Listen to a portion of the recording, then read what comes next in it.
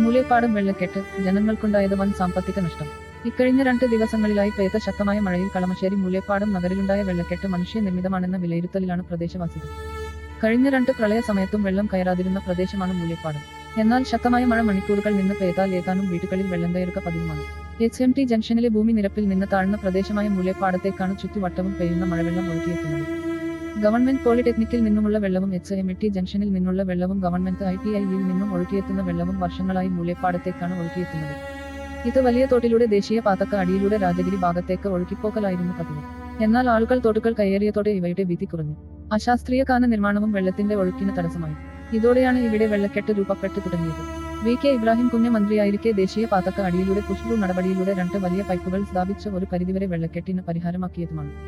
എന്നാൽ ഇപ്പോൾ ചില തൽപരകക്ഷികളുടെ ഇടപെടലിലൂടെ TBS കവലയിൽ നിന്നും ഒഴുകിയെത്തുന്ന വെള്ളം കൂട്ടി മൂലേപ്പാടത്തേക്ക് ഒഴുക്കിവിട്ടു. ഇതോടെ നിലവിലെ തോട്ടിന് ഉൾക്കൊള്ളാവുന്നതിലുമധികം വെള്ളം ഒരേ സമയം ഒഴുകിയെത്തിത്തീരുന്നു. ഇത് പ്രദേശത്ത് വെള്ളക്കെട്ട് വീണ്ടും ഉണ്ടാക്കിത്തീരുന്നു. ഇതിനിടെയാണ് ശക്തമായ മഴ പെയ്തത്. ഒന്നിച്ച് കുതിച്ചെത്തിയ മഴവെള്ളത്തെ ഉൾക്കൊള്ളാൻ മൂലേപ്പാടത്തിനാകാതെ വന്നതോടെ എല്ലാ വീടുകളും വെള്ളത്തിലാകുകയായിരുന്നു.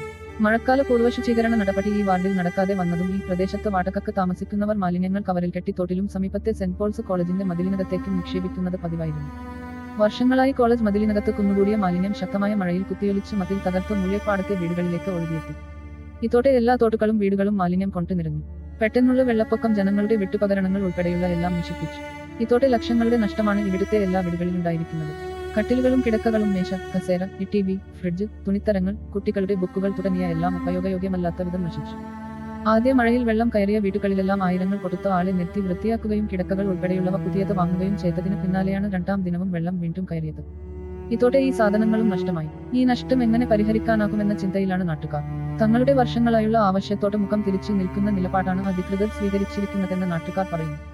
യഥാസമയം തോട്ട് വൃത്തിയാക്കുകയും TBS ജംഗ്ഷനിലെ വെള്ളം വഴിതിരിച്ച് വിടുകയും ചെയ്തിരുന്നെങ്കിൽ ഈ ദുരന്തമുണ്ടാകുമായിരുന്നില്ലെന്നാണ് നാട്ടുകാരുടെ പക്ഷം.